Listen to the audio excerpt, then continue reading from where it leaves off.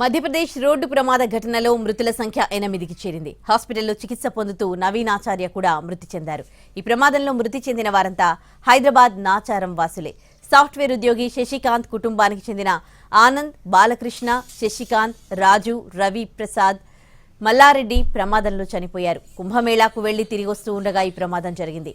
ఒకే కుటుంబంలో 8 మంది మృతితో ఫ్యామిలీలో తీవ్ర విషాదం నెలకొంది. కుంభమేళాకి వెళ్ళి గాయపడ్డ వారంలో సంతోష్ ఒక్కడే ప్రస్తుతం అయితే ఉన్నాడు. మిగతా 8 మంది చనిపోయారు. ఇందులో సంతోష్ ఒక్కడే గాయాలు కావడం జరిగింది. అతను ఒక్కడు మాత్రమే ప్రస్తుతం ఉన్న సందర్భం చోటు చేసుకోవడం జరిగింది. ప్రస్తుతం వాళ్ళ తల్లి ఉన్నారు, వాళ్ళ కుటుంబ సభ్యులు అందరూ కూడా ఉన్నారు. వాళ్ళ తల్లి కూడా అతనితోటి మాట్లాడింది. ఒకసారి తల్లితోటి మాట్లాడదాం. అమ్మ, మీ సంతోష్ ఏం చెప్పారమ్మా? మీరు మాట్లాడారా అతనితోటి? అతనికి దెబ్బలు తాకినాయి అని చెప్పారు. సంతోష్ తోటి మాట్లాడలేదు. మా అల్లుడు నవీన్తో మాట్లాడినాం. మాట్లాడితే నేను బాగానే ఉన్నా తమ్మ, కాలుకు దెబ్బ తాకింది అన్నాడు.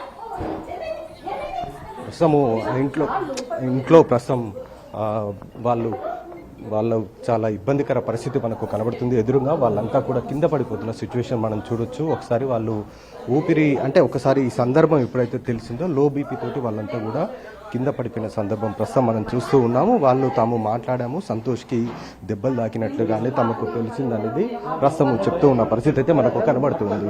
ప్రస్తుతం మనం చూడొచ్చు వాళ్ళ కుటుంబ సభ్యులు ఇక్కడ కింద పడిపోయిన సందర్భం మనం చూస్తూ ఉన్నాం.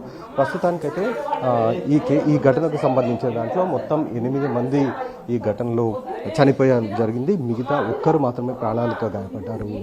జబల్పూర్కు సంబంధించిన పోలీస్ స్టేషన్ లిమిట్స్లో కాట్నీ వైపు వెళ్తున్న ఒక ట్రక్ లారీ ఒక్కసారిగా ఢీ కొట్టడంతో ఈ ఘటన చోటు చేసుకోవడం జరిగింది. ఈ ఘటనలో సంఘటనా స్థలంలోనే మొత్తం 7 చనిపోక ఆసుపత్రికి వెళ్ళిన దాంట్లో ఒకరు చనిపోవడం జరిగింది. 8 మంది అయితే ఈ ఘటనలో చనిపోవడం జరిగింది. ఈ ఘటన తర్వాత వాళ్ళ కుటుంబాల్లో మొత్తం కూడా తీవ్ర విషాద ఛాయలు నెలకొనడం జరిగింది. ప్రస్తుతం అయితే ఈ విషయం తెలిసిన వాళ్ళ కుటుంబ సభ్యులు కూడా కొంతమంది అనారోగ్యానికి గురవుతున్న పరిస్థితి కూడా మనం చూసాం. ఇప్పుడే లో బీపీ తోటి కింద పడిపోయిన సందర్భం కూడా మనకు సంతోషంలో కనబడుతుంది. మొత్తానికైతే ఈ ఘటన 8 కుటుంబాల్లో తీవ్ర విషాదాన్ని నింపిందని చెప్పారు.